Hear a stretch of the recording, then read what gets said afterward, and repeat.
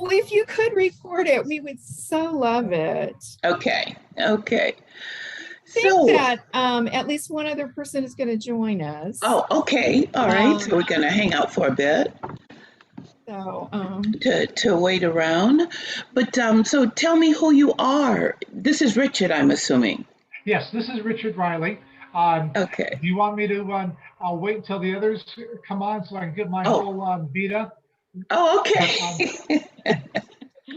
Okay. I'm fine how with much anything. time, Jeanette, do you have? An hour No, or 45 yeah. minutes? Or? No, I'm good. An hour is Okay, good. okay. Okay, great. Okay, because I tend to be sort of windy. Oh, I missed that. I'm sure you said chatty though. Chatty, yes. Okay. How is your book coming? How is your book coming? It has really been a challenge because in the midst of COVID, one cannot get into the libraries or the museums. So I had to make appointments like with the Hillsborough Historical. They have a great genealogy library in Germany. But I had to make appointments, and usually they kind of just let me have the run of the place, but no, it was they've taken all the seating out. Oh, wow. And the Tampa Bay History Center, the same thing.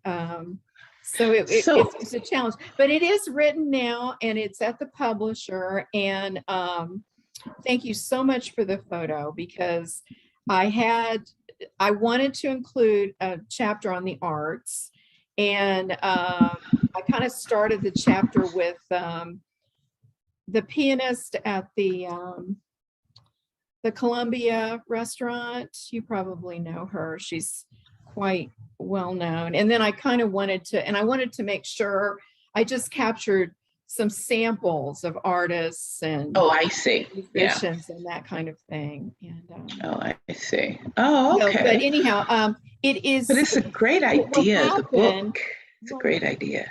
At the end was we did some re-editing, and I guess just everything that's been happening in life the last couple of years, they wanted me to take 10 pages out, and I just said no.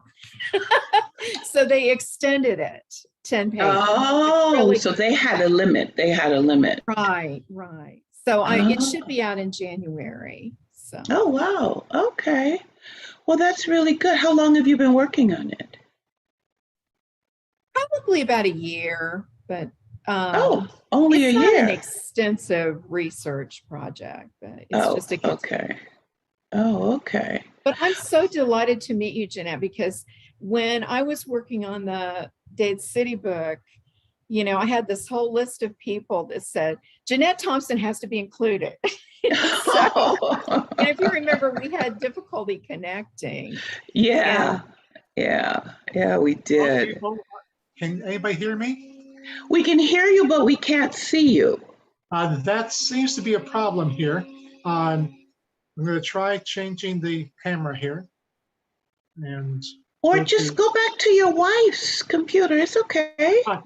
It powered off. It can't be something. Yeah, it's too hot when it tries to do the camera. I don't know. It's something. So I appreciate your patience here. Did you see that video thing to the bottom? Is it clicked? You see, look at the bottom of your screen. Right now I'm on my telephone. That's why it's. But I'm trying to turn on my. Right. Do I show it at all? No. Okay. So then let's go back to. You're on the phone, but there should be a little button either in the corner. Look in the corner, and if there's a red one. Okay. Yes, I agree with you. You see that video, the little video icon? Do you see that? It's a video icon. I'm clicking on my. All it says is your microphone is unmuted. Richard Riley is speaking. Leave. Okay. There is no other Video side here. I would icon. be glad to just talk if that's acceptable to you people. I mean, it's fine with me. It's nicer to see your face, but you know, it's okay. Well, Whatever I'm you not can do. frightening with my, I haven't had a haircut since COVID, so I am slightly frightened. I think the whole world will understand that, Richard. Jeanette, Janine, let me Jeanette, excuse me, to give you a real quick beat up because now we're on, so at least we might as well start doing something here. I am not a music person. I have no music skills whatsoever, but my claim to fame, because I heard that you were an opera singer, is that I used to work when I was in college at the Santa Fe Opera. Oh my goodness. I even met Igor Stravinsky. I met Igor Stravinsky, and that was my highlight of my life, I think. Oh my God. That's amazing. So, and I've also been in community theater, and I support our local youth theater here in the area. So I have a little bit of theater background. I have absolutely no music background. I've been reading up on you and your roles in Aida and all these other things, and say, oh yes, I know, I've been to operas, but my level of opera is mostly Die Fledermaus, operetta comic. Yeah. Yeah, but that's kind of cool. It's so cool that you met Stravinsky. That must have been what, late 60s, early 70s? It was 1962, 63. It was 63. Yeah. You're right. You've got your timeline down very well. Yeah, well, Stravinsky was a big deal when he came over here. Yeah. Oh, that is so cool. He's being modest, Jeanette, because he is like the Zephyr Hills community volunteer with the Chamber of Commerce and, the mayor and just all of the different agencies. And he does extraordinary photo shoots. And I was just kind of thinking about different people because I'll be on the interview, but he really knows the Zephyr Hills, the Dade City community. I was going to correct you there. I do live in the Dade City Trilby area, and I have been looking up Jeanette and going to Moore-Micken. There's your claim to fame, ma'am. Of course, I was there last week, but it's not the same anymore. Yeah. No, what I'm trying to do is sign in on my phone to see if I can help you put your video up. Yeah, I'm signing in on my phone at the moment. Oh God, wait a minute. Okay, I'm still speaking.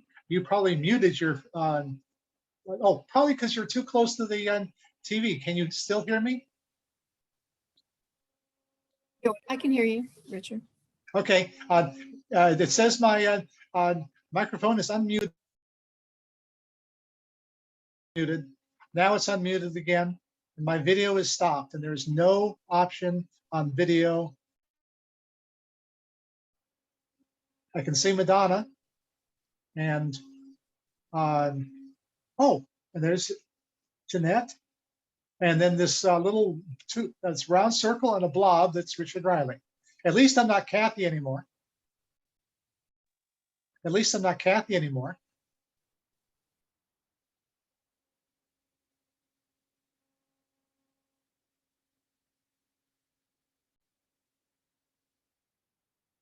Okay, Madonna, can you hear me? Yes, I can hear you great. Oh, okay, I can see you. Yeah. And Jeanette, I can see you. And am I supposed to be talking?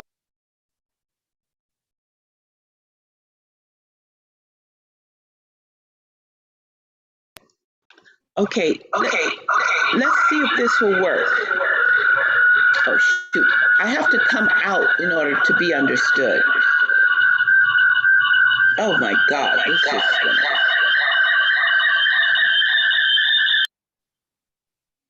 You have an infinite feedback loop. You are probably going through on a time warp.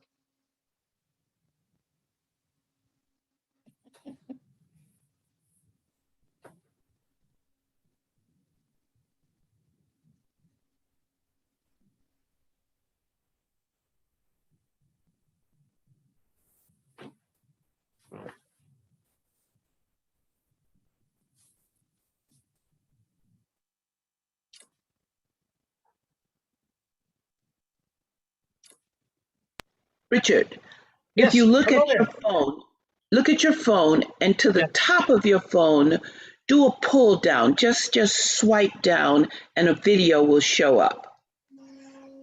Nope, Just I don't swipe get down that. on your phone I'm from the top of your phone down. not getting that either. I'm on an Android, and I do have you. And if I go over, nope, then now I see Madonna and you. But that's Okay, okay. Let's just talk. No wasting your time. okay. No, I'm on an Android too, is the thing.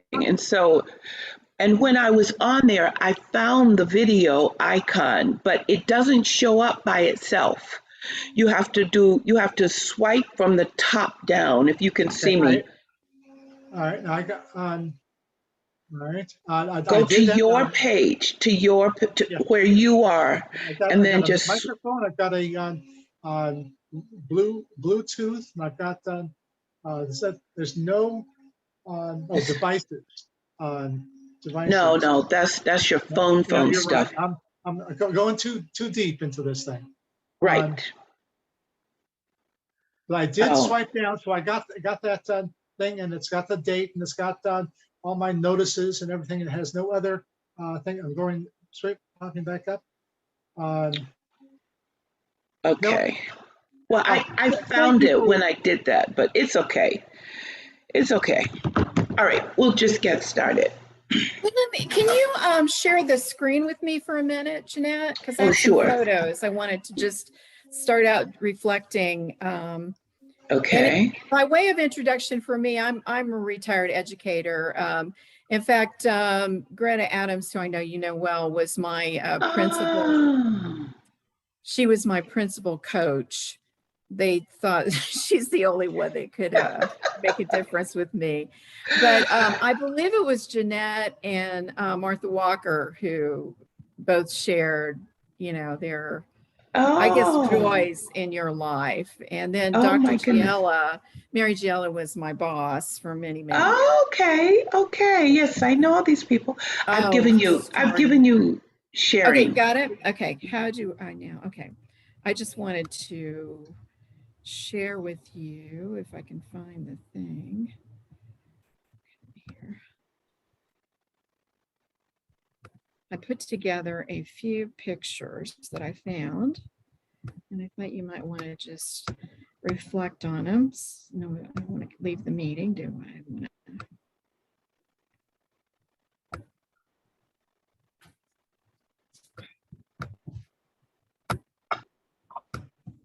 Okay. Gosh, we are really good at technology here, aren't we? Wait a minute.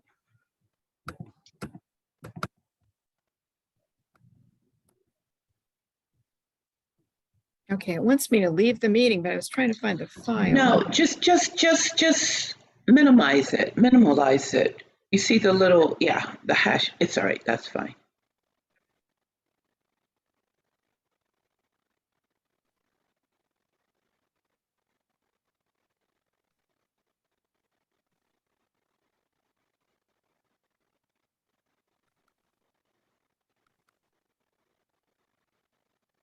Jeanette, can you hear me? Yes. Okay. While she's coming up with that part, I'm just going to ask one of my questions. I read the Tampa Bay Times article on you, and it was very good article, very positive and everything. You grew up not with opera. You grew up with gospel. Where? St. Paul's, St. John's? I think there's a little bit of, okay, St. John's. We'll just say St. John's, but oh my God. Oh, because you can you see it now, Jeanette? Yes. Oh Okay, my I'm sorry. Okay. God. I just put together a little montage of pictures. You were the most talented graduate. Now, is that surprising? In No. 1974. Yeah. Here we go. Oh my God. I know it's not surprising that you were the president of Love the the afro. Love the Future afro. Business Leaders. And let's see, what is this? Oh, wait. Oh, this is FBLA. Yeah. Uh-huh. I was state president of FBLA. You were Yeah. state president. My Yeah, it was a goodness. 10,000 member group.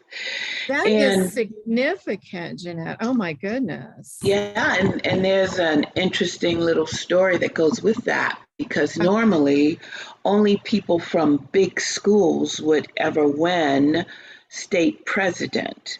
But I Absolutely. had but I had entered the talent portion my sophomore I think, yeah, my sophomore and junior year, and I wanted to run for president. And so I went in to talk first with Mrs.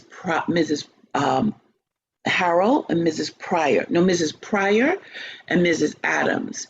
Joan And Pryor. Yes, Joan Pryor. right. She was the state president of the Garden Club later Okay. on, and the only Yeah. one from Dade City. Isn't that interesting? She was Well, a phenomenal lady. yeah, but this, I'm sorry, this didn't is a mean to. really interesting story. That's okay. So I was 16 and they tried to talk me out of wanting to run for president because they said they normally choose big schools. And I'm sure they were thinking this, but no one said it. But they were probably thinking, they're not going to choose a little black girl from a little town, but no one said that. So anyway, they tried to talk me out of it, but they didn't like force themselves. They just said, you really need to think about this. Don't you want to run for like treasurer or secretary? And I said, no, I want to run for president. So anyway, I left their office and I remember I was walking around that corridor at the old high school and I thought, gosh, maybe they're right.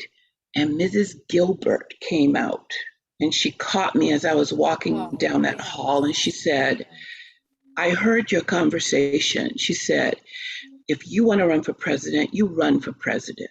And I don't care who's trying to discourage you, run for president. And I thought, okay. So I went back to Mrs. Adams and I said, no, I want to run for president. And she said, okay. So once my mind was made up, they were behind me 100%, but they did try to talk me out of running in the beginning. And they were just, all behind me. And then when we got to the state conference, there was delegates from each school. And I remember there was this guy from Lakeland who was a jock kind of guy. He was tall and sort of, I guess some people thought he was beautiful. Anyway, there were about six of us on the ballot for president. And I remember the night before voting, he came to my room and he said, look, he said, with all these people on the ballot, we're just going to tie up all of this time. He said, why don't you withdraw? And then I'll make sure that you get something once I'm president. That's what he said. And I remember I stood there and looked at him and I didn't say a word. And when he finished, I said, okay, I'd like for you to leave now. And he did. And the next day, we all made our speeches. And I don't remember the exact number, but let's say there was 512 delegates. I think I got like 495 votes and he got 10 or something. And anyway, that just brought all of that back, the FBLA, and I was state president. And then of all the states presidents, so we had all of these conferences where the presidents of each state would meet. The national director of FBLA Phi Beta Lambda invited two of us to go to Washington to defend a bill. And I was one of the two. And I still have the congressional records here, where I went to Washington. Phenomenal. Yeah, it was really something.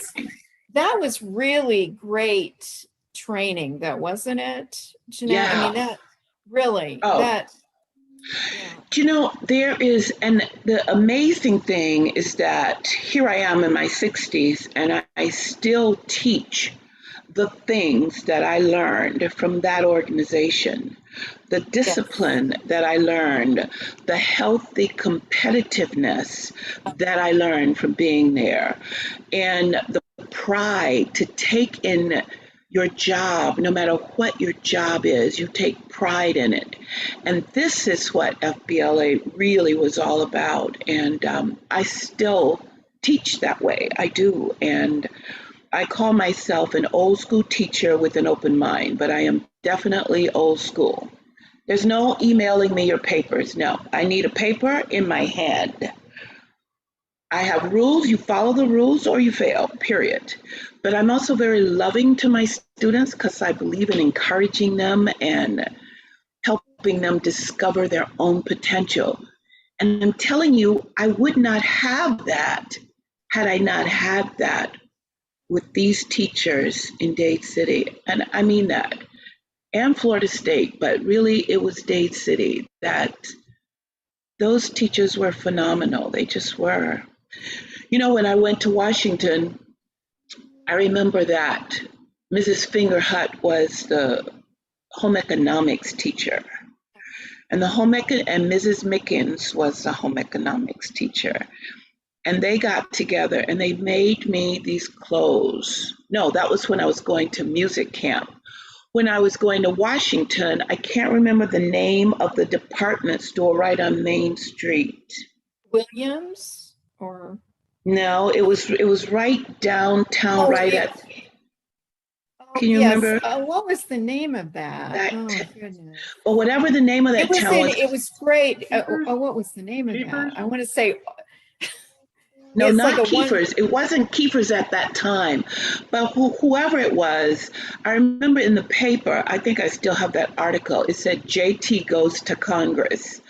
And the owner of that department store called me up at home and said that I may come and choose 3 outfits to take to Washington. But this is how much the town was behind me. And it was really pretty phenomenal when you think about it. That's extraordinary. Look at that, future homemakers. Oh my God. I just love to do history. I was just taken aback by your the 1974 yearbook when you really were in leadership roles at all kinds of capacities at that school. I think most of the rest of the pictures are all ones that I snagged from your, from you. Oh, that is so great. Oh, I'll send it to you if you'd like. But I thought it might be helpful if we just had some photos kind of. And then, like Richard said, I think both of us looked for some newspaper articles. Oh my God, I remember this concert. This article right there is the one that I got was the most valuable to me. Oh my God. That was when they opened this Performing Arts Center. That's right. I opened that Performing Arts Center in Newport Richie, I think it was. Is that where this is? We've got a new one that's opening up in Land O'Lakes. They're trying to make it a magnet school it is a magnet school. And it's a part of a big complex and it's beautiful. Oh my God, I don't have a copy of that article. Well, I'll send these to you. Wow. Here's another one. I have a copy of the review after the concert, but not that concert. But you know what I remember the most, and I think I said it that night at the concert. First of all, they went crazy in that concert hall, and it was so wonderful. And I remember I stepped out and I said, I have waited a lifetime to feel the way you're making me feel tonight. I remember that. It was so amazing. I want to throw something back at you real fast. Growing up here, you knew all the buildings. You remember the auditorium for what is now the middle school, but used to be the high school? Yeah. It's still there, and it's still used by youth theater groups. They've been doing Peter Pan with flying actors. They've been doing musicals. Now the musicals are all youth versions, Oh They my have goodness. K through 12. They have they have a wonderful job doing Annie and things like that. But they're going to do Sound of Music in a month. Oh wow. And we That are is so amazing. so lucky to have that great big auditorium. They rebuilt Yeah. the entire school, but they left the auditorium alone. We are so lucky. They also Wow. have, and Richard knows more about this than I do, but they have the Dade City Orchestra that started. There's a Dade City Orchestra? Yes, there No, is. is it incredible? It's a full orchestra, something like 60 people, and they're mostly retirees and alternative employment where they'll come and they'll practice. The practice is always at night, and they do the performance on a Friday night and everything. It's Wow. unpaid, all volunteer, and it's beautiful. And they do. I think three, well, recently it changed, but they used to do 2 or 3 a year, and it's always free. My goodness They're gracious. very nice. I think a couple of the musicians, wasn't it the conductor that recently passed away? Richard, I'm trying to think. I think he was. I don't remember the name, but yes, you're right. Yeah, he was, I think, pretty well known. I know. But it's a really nice, they have a nice Christmas concert, and Oh, that is so nice. there are, I suspect there are, some folks that were in the high school band. I don't know. There's like a range of people. Yeah. Obviously, there are retired. It is a full range, and there are some virtuosos in there, and they have guest soloists for singing and everything. They'll do Handel's Messiah, parts of it in Christmas and things like that. It's really a institution, and it's sold out, which means that standing room only. There's no Wow. It's SRO on every performance because it's free, and we have a lot of old people that love to come and listen to a symphony. That is so great.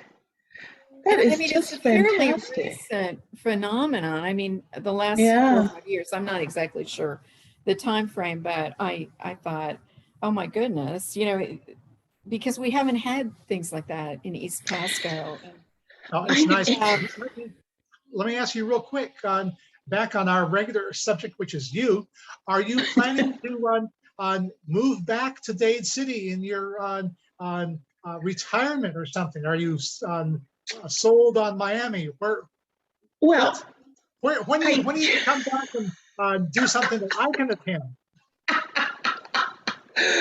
Well, I mean, I just got this job. I'm starting my 4th year here, so, and I love this job. I love being able to help young singers realize their potential. So, if I had a job in Lakeland, I'm sure I would have come there, but instead Miami offered me a job, so here I am. But sounds like the dream that you want. Of course, you want to do something like it. Well, I'll say in 20 years you plan to come back to Dade City. Again, that's our topic. You're a star from Dade City. Well, the thing is that I'm listening to you talk about all this music, and I'm thinking to myself, it is nothing short of amazing that I even wanted, and I was so determined to do classical music. I was determined to do it. Yet I have no examples. I have no examples. I know but it was making me think of all of this. I think it all, I remember being a little girl, and I just saw this article. First of all, I haven't even seen this article that you have up before me. I've never seen this article, but where my mother says she doesn't know where I got it from, and I'm sure. Yeah, but my mother didn't know. She didn't know where I got it from. I remember being a little girl, and we were supposed to go to bed at a certain time, and I would sneak out to watch shows past my bedtime. And I remember Arthur Rubinstein came on TV to play the piano. And he used to sit down and flip his tails out over the piano stool. Yes, And I thought that was the most fascinating thing I'd ever seen. And so then I would love to hear him play. Then Roberta Peters would come on the Late Show sometime. And I was just fascinated by how she could make those sounds. And so for me, I remember thinking as a little girl that why can't I be anything in this world that I want to be? Why should I have a limitation? Now, I didn't know how unusual that was, but that was really quite unusual that as a little girl, I'm talking about like 7 or 8 years old, I started thinking that way. I thought, I don't want to be here my whole life. I want to see the world. And I remember when I was 12, Amy Roach was my teacher. How do I remember these names? Anyway, Amy Roach was my teacher, and she asked us all to write down where we would like to someday go to college.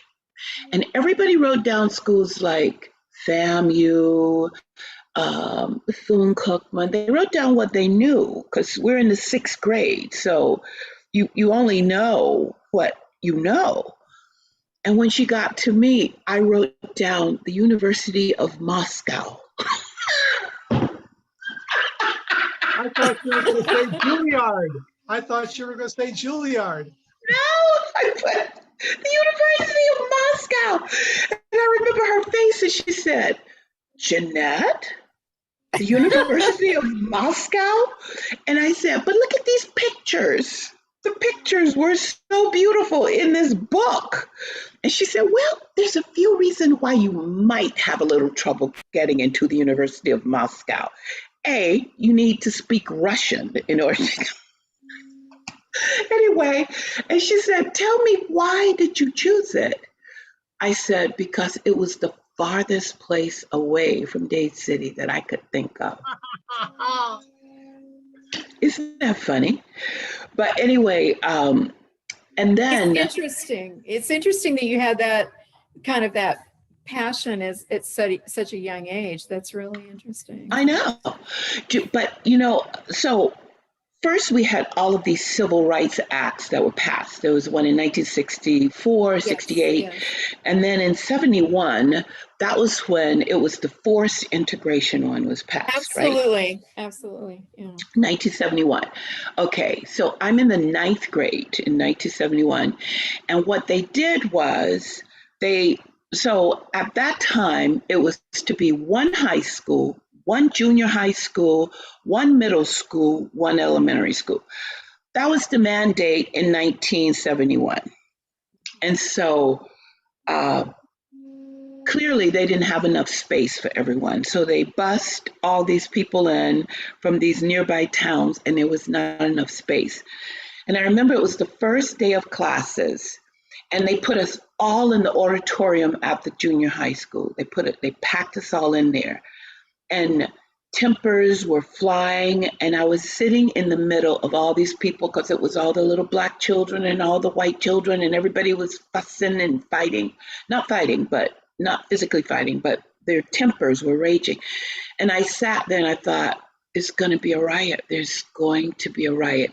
And the teachers had left the auditorium, which they shouldn't have done, but I'm sure they didn't want to be a part of it because these were all these little kids. The white kids didn't want us there. The black kids didn't want to be there. So everyone was unhappy, and they put us all in this room. And I remember I sat there in the middle of all this chaos, and I thought, I have to do something. I don't know what to do, but I have to do something. And then I saw the piano, and I went up on stage, and I started playing the piano and singing. And then I got everybody singing. And I remember we were singing Hey Jude and a bunch of the Beatles stuff. And then we sang Oh Happy Day. And everybody was singing. And then I remember the teachers came in and saw what was going on. And the principal was Rayfuse. Yes, Ralph Refuse. How do I remember that? Ralph Rayfuse, he came in, and I remember he said, wow, that I've never seen anything like it, because the whole auditorium became harmonious through music, through the singing. Yeah. Anyway, I don't know what made me It tell seems you to that me, story. Jeanette, you had a instinctive leadership skills. You didn't have fear. You No. really, that's amazing. I think that must have translated into the opera too, because that Oh, performance, that persona has oh, to have had. I mean, who packs up at 49 years of age and moves to a new country that you can't even speak to people to teach? At 49, I packed up and moved to Turkey for 8 years, learned the language while I was there, taught in the conservatory because no one spoke English. But that is that kind of, I knew no fear. I literally knew no fear. And I think you're just kind of born with it, you know. You you hear players like, I don't know if you know who this is. There's a violinist named Midori, and I remember hearing her play when she was 13, and she played with such depth that it reduced me to tears.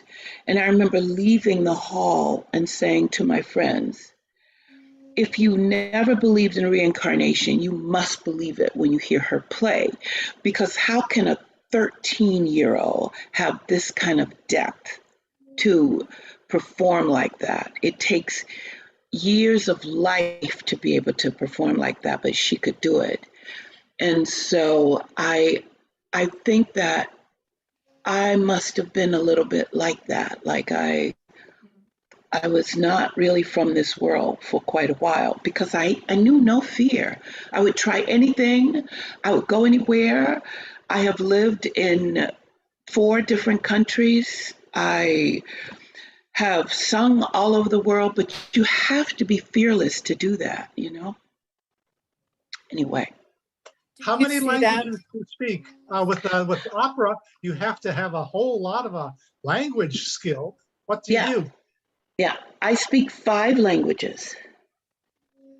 I speak Italian, French, German, Turkish, and English. Now, Turkish would be the outlier in that, would it not? Yes, it would be. But you were there for 8 years. 8 years. 8 years living there, yeah. Well, I mean, but there's so many pockets of my life that have so many stories. I mean, I studied and assist teaching in Japan. I studied in Austria. I studied in Michigan. Of course, I went to undergrad at Florida State, and I went to graduate school at Rice in Texas. But it's the world experience that landed me this job here, as well as jobs everywhere else. You know, it's those. Jeanette, tell us about the places you've performed. Students do you have?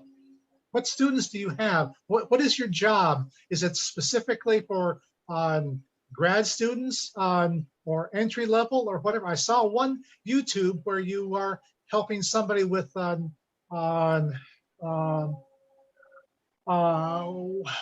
even wrote it down here. Come rain and come shine. Oh my God! And that was in Turkey. That's a Turkish student. Wow. That was a Turkish student who wanted to learn that song. Oh my God! I don't even know half the stuff that's out there. But But where, Jeanette, could you tell us about some of the places you've performed? I know it was at Carnegie Hall very early. Yeah, yeah, I did. That was fantastic. It was a double bill, you and Marian Anderson.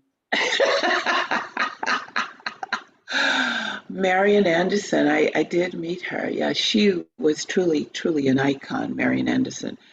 Wow. I don't know what to like. see, all the major opera houses you would have heard of. Although, um, La Fenice in Venice, I did sing there. But I can tell you the cities, and generally in the cities, I sang in the opera houses in these cities, like Sardinia, um, all over Italy, in Sicily, Belgium, Luxembourg, London, Germany. I lived in Germany for a year. Um, Barcelona? Barcelona, I did Oh, actually several times in Barcelona. Um, I can't even think. Oh, if you name a country, it'll come to me. But, I don't actually sit around just looking at my CV and going, oh, wow, look what I've done. So I really don't know. I do it, then I move on. But after coming back from Turkey, I did teach at the City University in New York, um, a branch of it, which is named after Medgar Evers in Brooklyn. I taught there for 2 years. I taught ethnomusicology for 2 years there, which was lecture classes. But I taught at Lehigh University in Bethlehem. I taught at Vassar in New York. Um, and all of these places I also performed at as well. But what do I do here? I teach voice. I teach from beginning freshmen through graduate students. So my studio this semester has all of these students. Oh yeah, this is a photo when I was singing in Africa, actually. This one? No, the one right before that. Oh, I wondered about, yeah. Yeah, yeah. That was, St. Augustine Episcopal Church of Galveston. Oh my God! I totally forgot about that concert.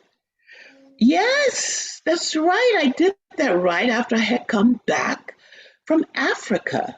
Oh my God. How did you find that? Well, I love to research, so. That is amazing. Wow. Yeah, I lived in Houston for 5 years. So while I was there, I sang in Mexico.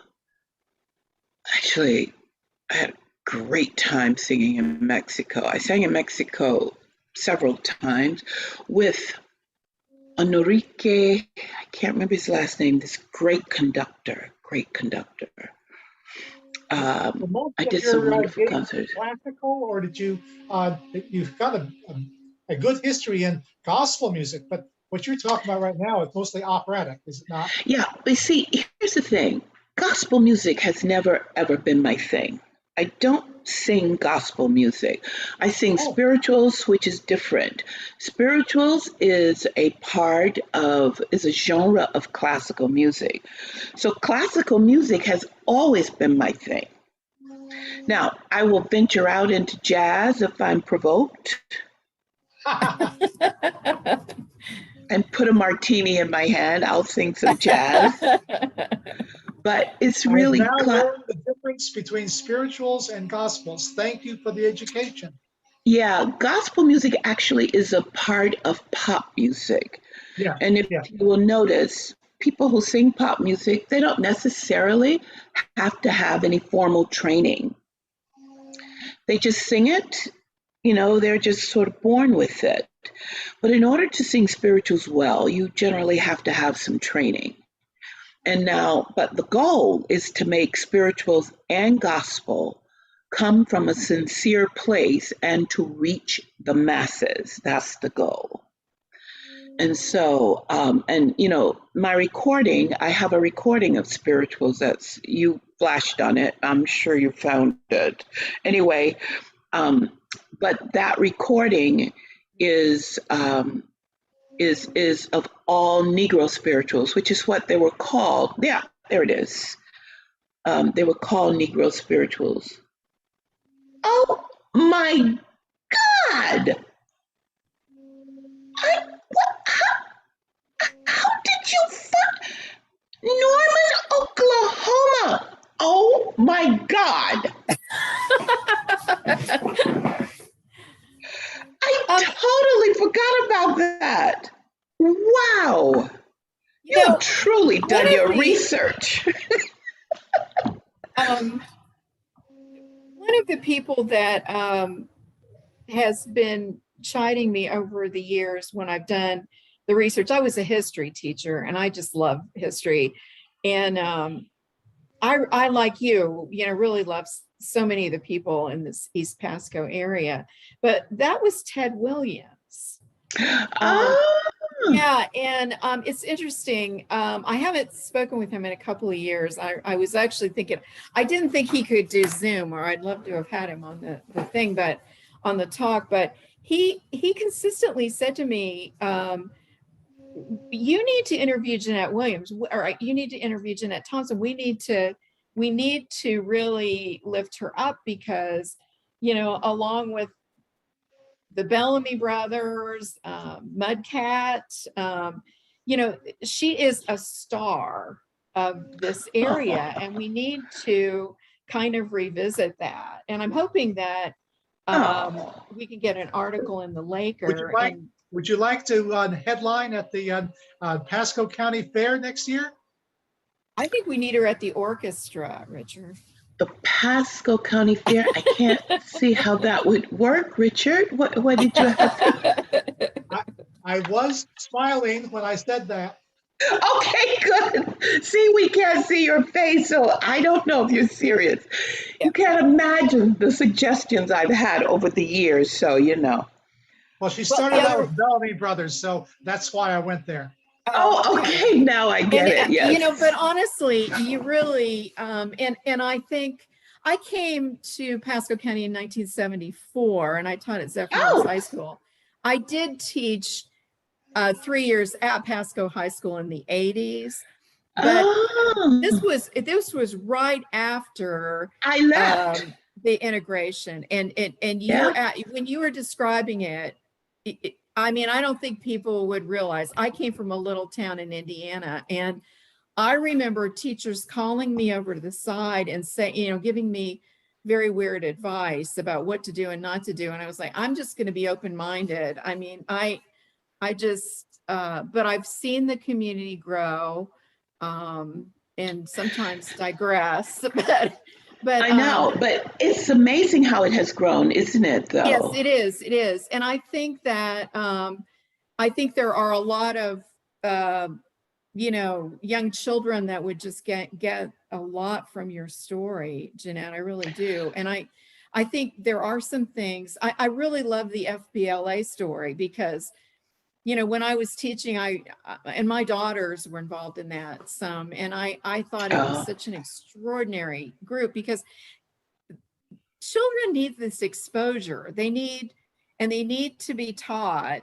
And you know, I'm an advocate of women certainly too, but they just need those role models of how to do public speaking and how, you know, not to get over your fears. You know, I think you are just an incredible example. See, I don't actually think that you get over your fear. I think you live with it and you use your fear to continue to go, because you're going to be afraid of things. But the trick is not to give in to the fear.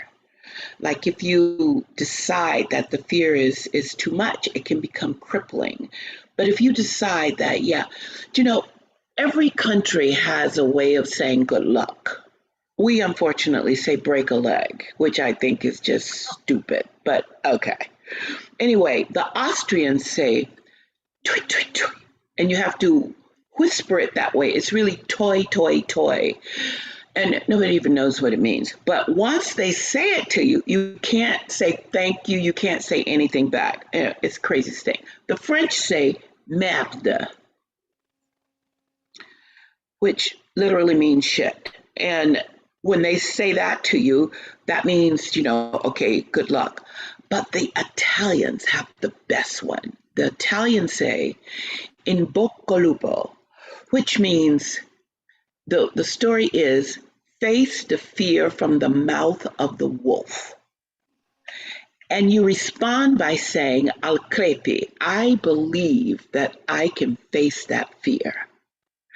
And you see, to me, that is the best one of them all because It's the deer really, from the mouth of the wolf.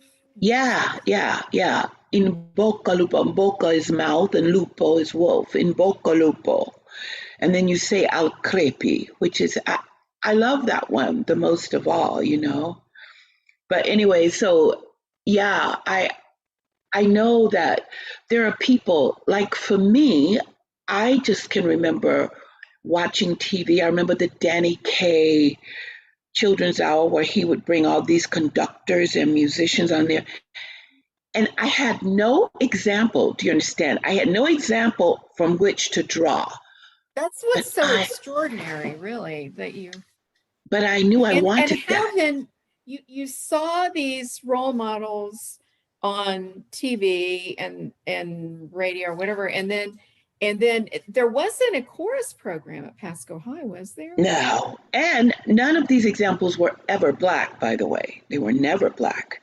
Yeah, But yeah. I wanted this music. And I remember to raise money. Okay, so when after this singing in the auditorium and I got the whole school together, the music teacher who was Carol Sundberg, oh my God, you understand, I can't remember the name of, a person I met yesterday, but these names are just popping out today.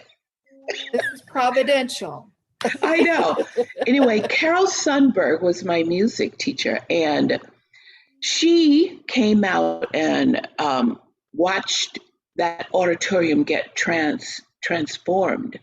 And she came to me and said, come into my music class. And so I did.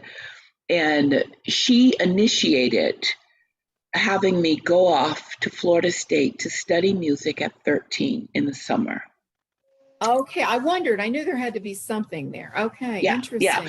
And So, is that when you began to learn the mechanics of it, or? Yeah. And that's when I really knew that was what I wanted.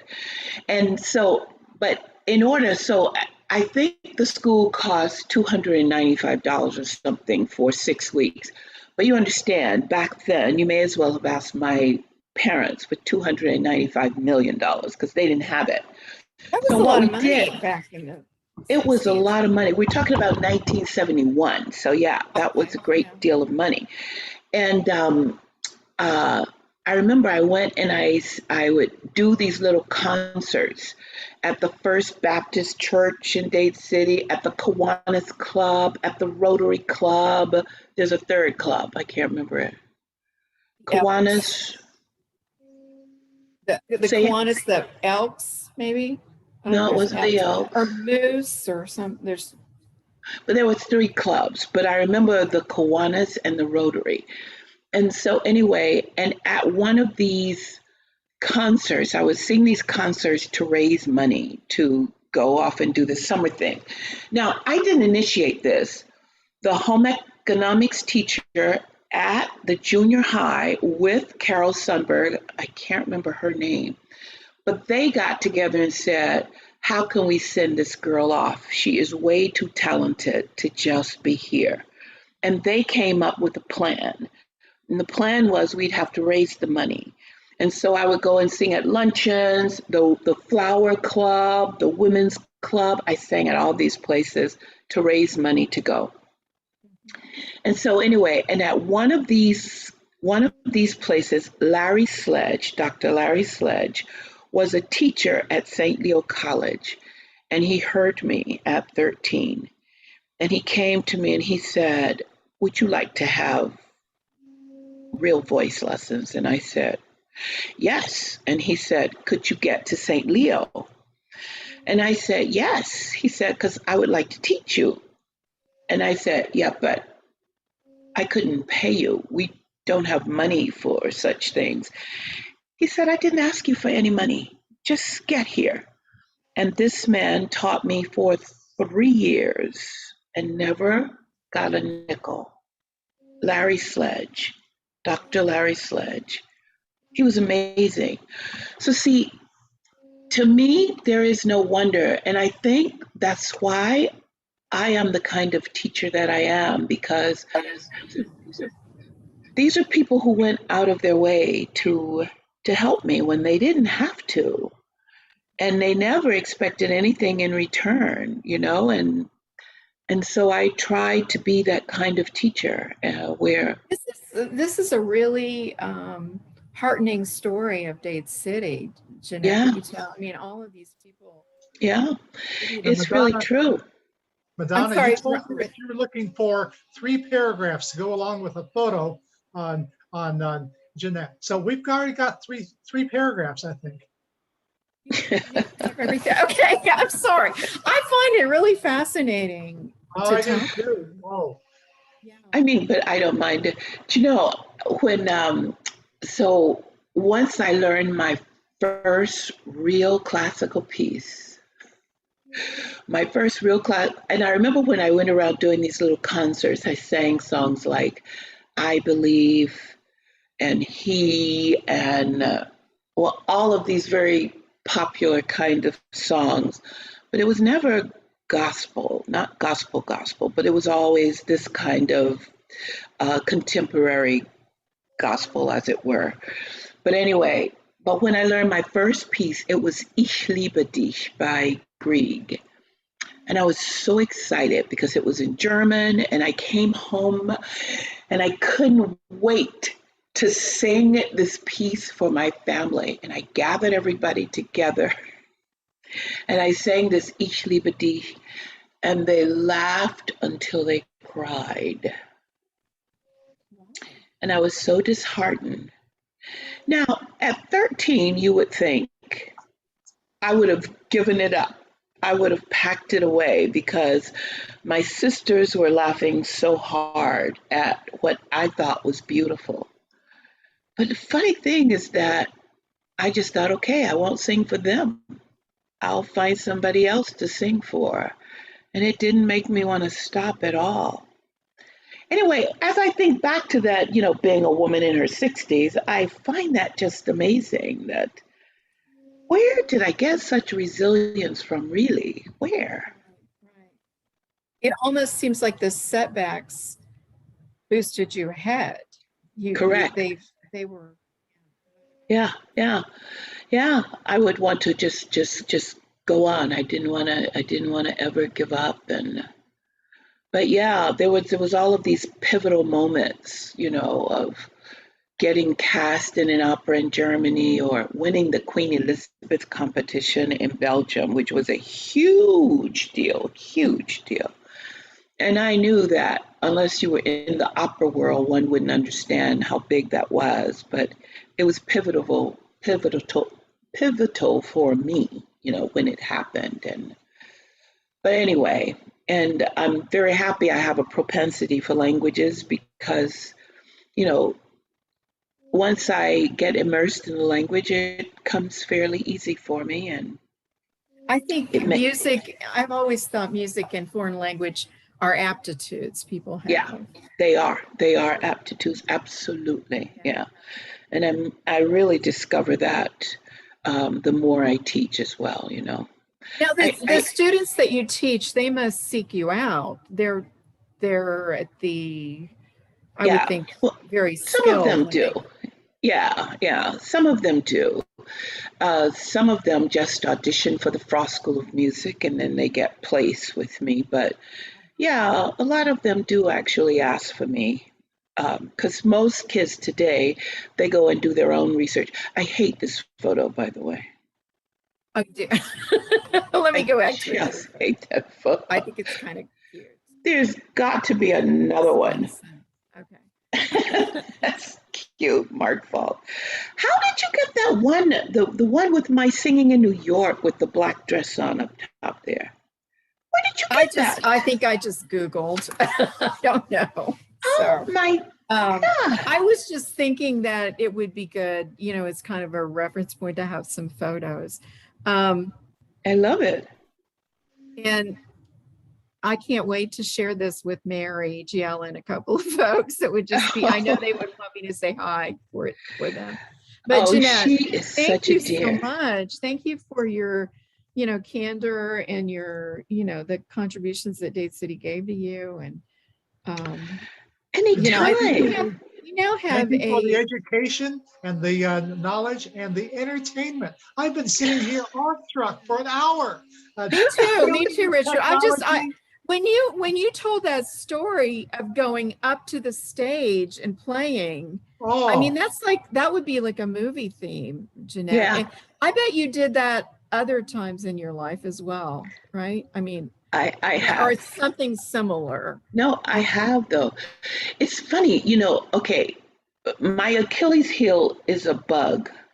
I am afraid of any bug that crawls. But you put me in any other situation, and I have always been like the steel, the unbendable steel. Like I see a situation, if it's out of hand, then I am the stabling force that tries to figure out how to fix it. That's always been me, even when I was a child. I'll tell you one more story. So when I was 12, right? No, I was 11, had just turned 12. And this was when Moore Mickens was just Moore Mickens, right? And it started at first grade and went through the 12th grade. And it was Mickens High School. Yeah. It was Mickens High School and Moore Elementary. Okay, so I was in the 8th grade, and the music teacher at the end of the year, now I don't know if it's still this way, but at Mickens, at the end of the year, you have the coronation. You have the coronation of the queen, which means someone has to play the piano and you have to play for all the people performing. You have the end of the year band program, the end of the year choir program. You've got commencement, you've got baccalaureate, you've got all of these things. Okay, and you've got a choir. So the teacher, the music teacher at that time got really ill.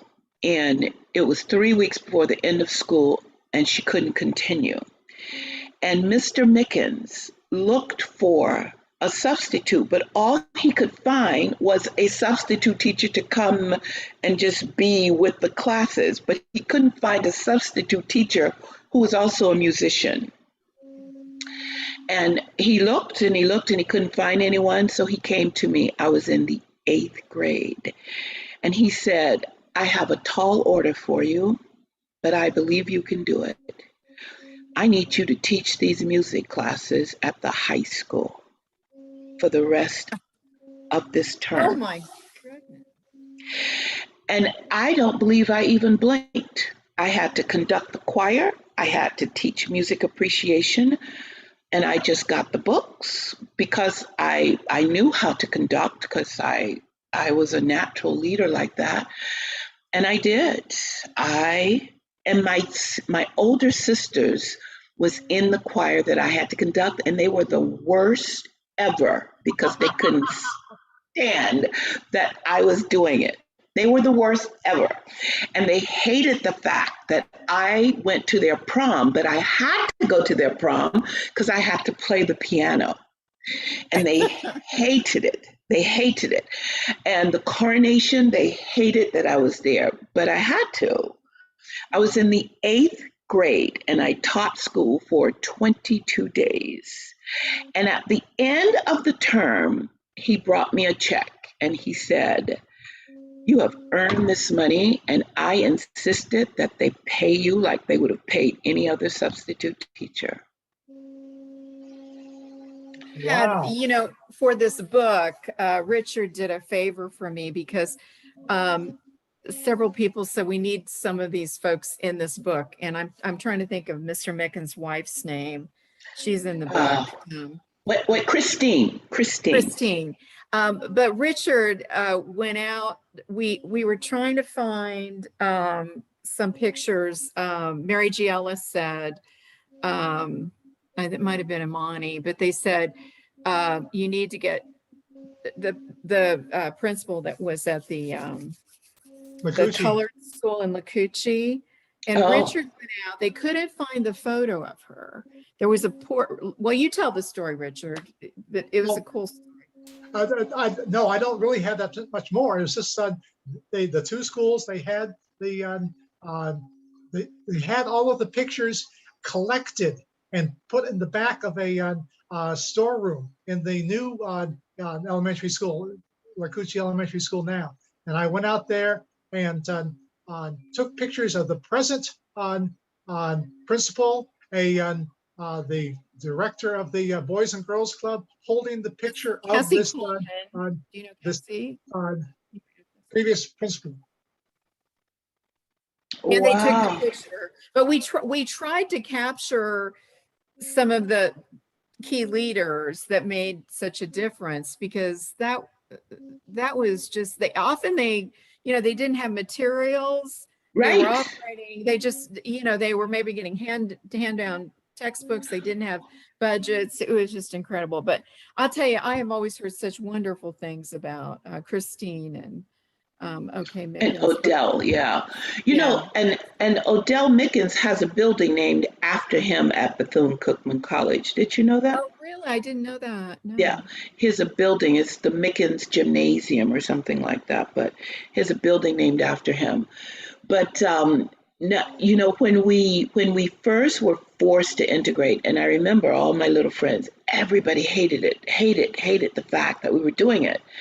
And I remember the first thing that I noticed was that the books were new. They weren't hand me down. And I remember I was with, some of my little friends. We were in the ninth grade, and they were all complaining. And I said, no, this is a good thing. And they said, what do you mean we're losing a sense of ourselves? They've taken away our history. And I said, no one can take away your history. Your history is your history. But look at this. We have new books and we have access to the world now, whereas we were limited there. And I remember having this conversation that nobody wanted to hear, first of all, but I was having this conversation. And I remember just feeling so happy that they forced us to go there, because had they not, I would not have gone on to, at 13, to study in the summer at Florida State. I would not have known to open up my mind to embracing the world and to wanting to love opera the way that I did. Had they not done that, this is why diversity doesn't just make a school better. A school cannot be great unless there is diversity, because with it, that's how you have access to everything that is different from you, And I remember that. I remember that very well. Boy, that was a long time ago, though, wasn't it? Dade City has And made profound, very profound. Yeah, it is very profound. Well, it's just been a pleasure talking to you, Jeanette. And I assume you still have family in Dade City, right? Well, most of my family's in Tampa. They all sort of migrated to Tampa. Yeah. Sure. Yeah. Because I have a big family. Where did 11 you live, children. Where did you live here in the Dade City area? What street? We lived at 807 North 5th Street, which had been renamed the last time I drove through there. It's no longer called 5th Street. It's called something else. Is it because it went across? You were on the other side of the tracks. Right. All right, they changed all of those things, so I don't know what it would be now. Yeah, I used to know, but now I don't remember. But I remember Mr. Larkin used to live diagonally from where we lived on that side of the tracks, and we lived on the other side, but within walking distance from him. Close to the cemetery? Say again? Close to the cemetery? Yes. Okay, all right. Yes, because we used to walk to school to the old Mickens through the cemetery to get to Mickens. We would walk through the cemetery, yeah. And Mr. Larkin used to live in that thing. My mother used to work for them, and we'd go up there. But yeah, that's a long time. If you're ever in the area, please let us know, because I think the Dade City Council would want to. They do have a historical preservation board, and I think they would really want to honor you. I mean, if you ever happen to be in the area, let us know. Well, I think between Richard and I, we can. And we have a wonderful lady mayor who is Hispanic background, and she seems to be very interested in diversity. And I think, but I don't know if you've ever been honored by the county commission or the city, but I think we should do that. Just let us know when you're going to be around. So, well, they did give me the keys and name. I got a proclamation of Jeanette Thompson Week when I opened that new art center. That was a hope. Okay. Yeah. That was nice. But listen, if you need any other information or you want to schedule any other interview, just let me know. I don't mind. Okay. Yeah, I'm happy to help. You have really opened up, your heart to us. Thank you so much. And I would love to hear you sing sometime. So I think we ought to try to get her as a soloist during the symphony sometime in April next year.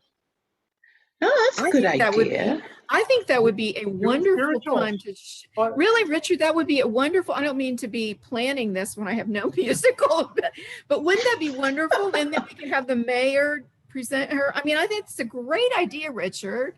The big thing is it's a small town girl makes big. Yay. Well, I don't know. But I can tell you this, it is a small town girl very grateful for the background that prepared me for the world. That I will own. Making big, not so much. The key people and actually even some of the key obstacles that they set in your way. But there were plenty of obstacles. Do you know, I'll tell you one little story that is not so nice, but actually when I look at it, it is kind of nice. I remember there was a guy at my school named Terry McMillan. I don't even know if he's still around or what, but and he used to live on River Road, and down River Road was really all the redneck people and everything. One night, it still is. I was going to say that too. Well, I remember one night I was walking from somewhere, maybe my grandmother's house or somewhere, and I was walking at this. I stopped at one of the service stations down Main Street on my walk home to get something, and there was a group of white boys that were there, and they came to me very aggressively, and you could tell they were about to beat me up. And one of the guys who was a part of this group, and they were just going to beat me up because I was black. There was no other reason. And one of the guys who was in there, he said, "No, man, don't bother with her." And the other one said, "Why?" And he said, "Because this girl can really sing. Don't mess with her."